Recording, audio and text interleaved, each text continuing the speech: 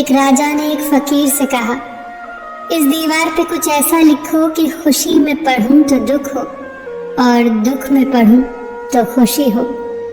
फकीर ने लिखा, ये वक्त भी गुजर जाएगा। अफसोस उन आंखों पर जो सिर्फ वही देखें जो वो देखना चाहती है। अफसोस उन कानों पर जो वही सुनते हैं जो वो सुनना चाहते हैं। अफसोस उस जुबान पर जो सिर्फ अपने फायदे में बोले। मुस्कुराओ कि रोने के लिए कोई दिन नहीं बना। उड़ो कि उड़ने का हक सिर्फ परिंदों को नहीं है। और ऐसे खिलो और महको कि तुमसे बेहतर गुल इस पूरे गुलिस्तान में नहीं है। किसी भी बात से कभी निराश मत होना।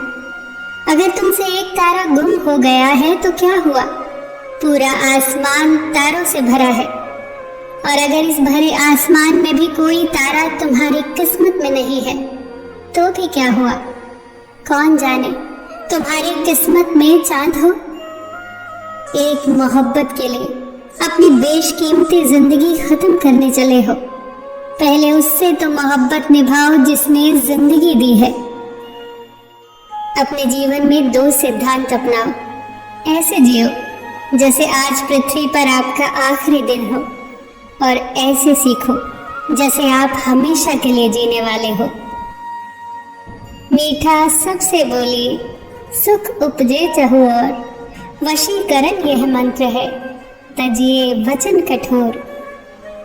सबसे मीठा बोल बोलना चाहिए, इससे सब तरफ सुख और शांति रहती है। बोलने वाले को भी संतुष्टि और सुनने वाले को भी संतुष्टि। मीठे बोल वशीकरण मंत्र की तरह किसी को भी अपने वश में कर लेते हैं।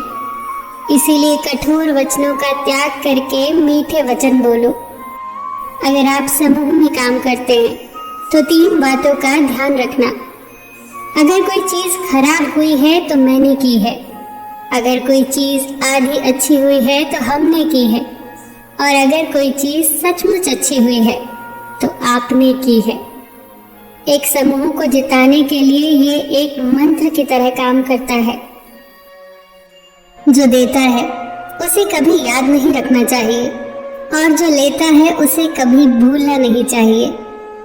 एक बार एक आदमी अपना सामान उठाने के लिए एक कुली लेता है।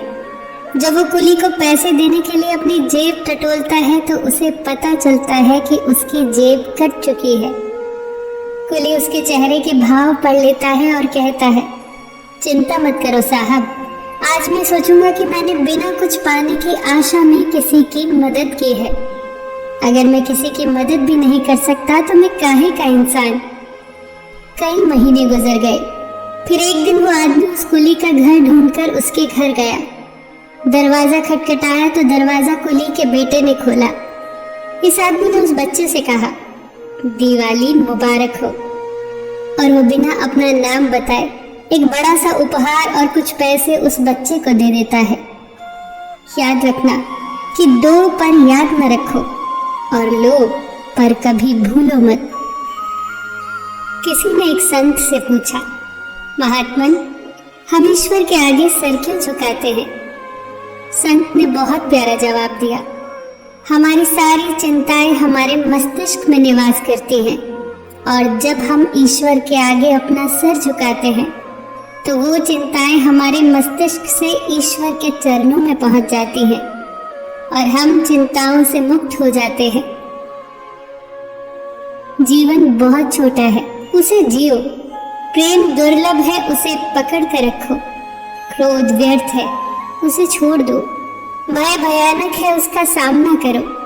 स्मृतियां बहुत सुखद है, उन्हें संजो कर रखो। सबका ख्याल रखो।